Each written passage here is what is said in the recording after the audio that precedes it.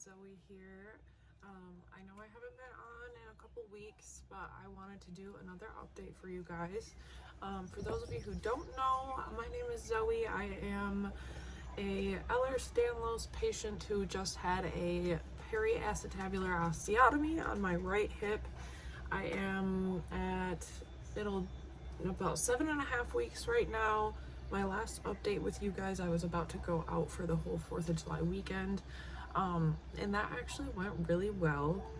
I was able to get around really well for the whole weekend. I was out on a boat. I took my dog out with me.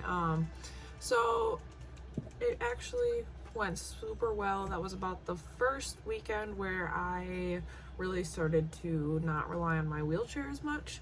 I will say somewhere in my 6 weeks, in my sixth week, I guess I should say, was when I really started to notice a significant decrease in the amount of pain that I was in.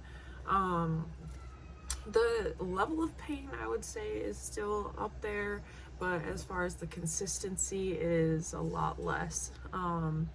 I did have my next follow-up appointment with Dr. Zaltz. If for any of you, I don't know if I've mentioned who did my surgery yet, but it was Dr. Zaltz in Royal Oak, Michigan. He is incredible. If I have to recommend anyone, it is him. But sorry about my cat. At that appointment, I did find out that I have a fracture in another part of my hip that happened during the surgery. It's extremely common to happen with females because of the shape of our pelvic bone. The analogy he used essentially was that our anatomy is very similar to a pretzel, and when you try to break off a piece of a pretzel, it's really hard not to compromise another part, which is a good way to explain it, I guess. But it is healing really well. I will show you guys where that is and everything in just a minute. I did also get my imaging back, so the x-ray, this is going to be this week. Well, I'm at 7 weeks. That is what this is. We are healing well. It obviously, as you can see, is not 100% fused back together. My next follow-up appointment is about another 8 weeks from now, and it should be totally fused by then, it sounds like. But this is when they showed me that I have a stress fracture. So the stress fracture is going to be right here. It's not large, but it is significant. I guess I don't really know why they didn't tell me before, but I have this is Vera, for those of you who don't know. I had been having a lot of pain in my right butt cheek, and that was apparently normal whether you have a stress fracture or not, but that fracture is where a lot of the pain is supposedly coming from.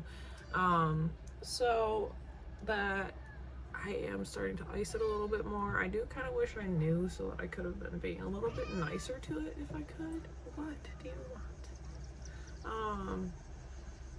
And so I guess there's not really a whole lot else to tell you guys right now. I am still having a lot of issues with nausea. However, I did send a message to my gastroenterologist because I think at this point it has a lot more to do with my Ehlers-Danlos than anything else.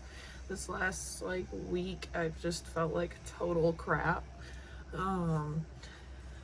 But I think my whole GI system is just not handling all of the physical stress and all of that well, as well as I was on a lot of the medication for a while, and my body does not handle that very well at all. I know I've mentioned that to you guys before, but I have stopped taking all pain meds, and I'm not even taking Tylenol or Motrin really, because I'm just trying to be nice to my stomach.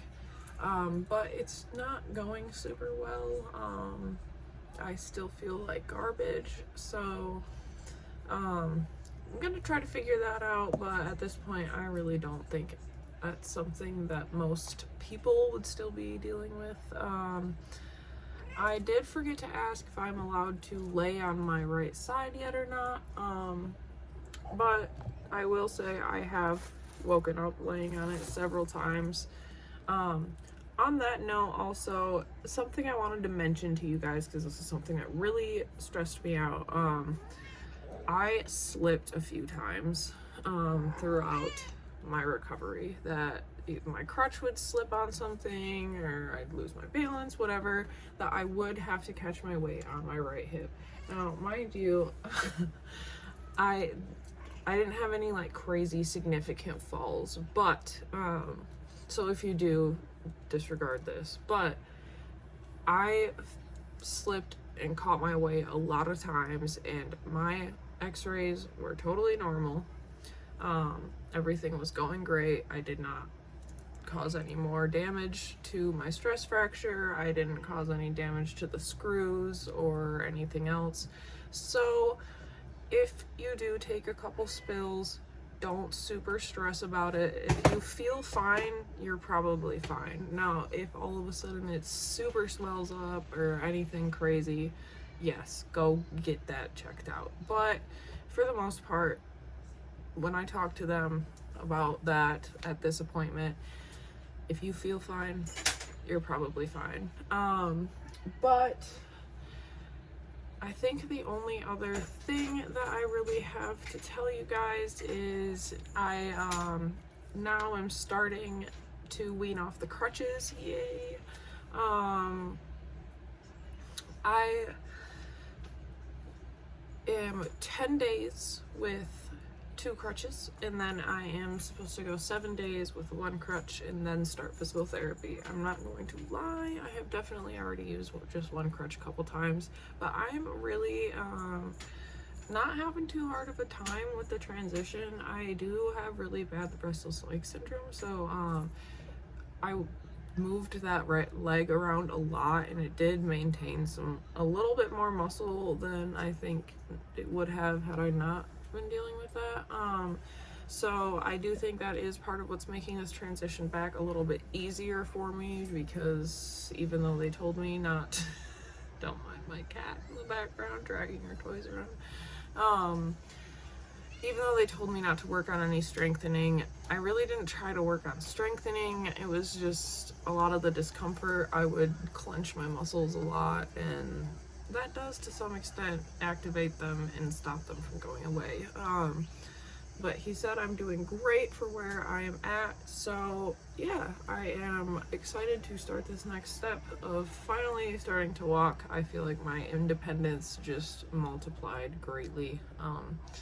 So I will update you guys shortly. It might be another 2 weeks unless I have like some crazy stuff going on with this 2 crutches, all weight on it's nonsense. But besides that, we're getting to a point in my recovery where there's just not a whole lot to tell you guys, so I guess if I might make a just short little video, we'll see.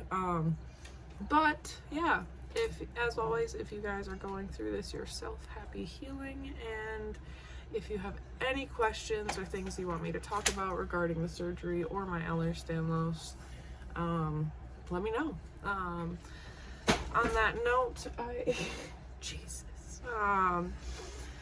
I will be posting a lot more Ehlers-Danlos videos here soon. I just got a lot of them mapped out, so I'm going to really get on recording those. So if you have any interest in learning more about Ehlers-Danlos, check it out.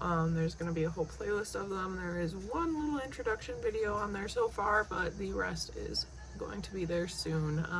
And that is kind of something I'm going to continue doing, because obviously I can only do so many PAO recovery videos because the recovery only goes on for so long. But yeah, if you guys have any questions, let me know. Other than that, have a lovely day, you guys. Bye.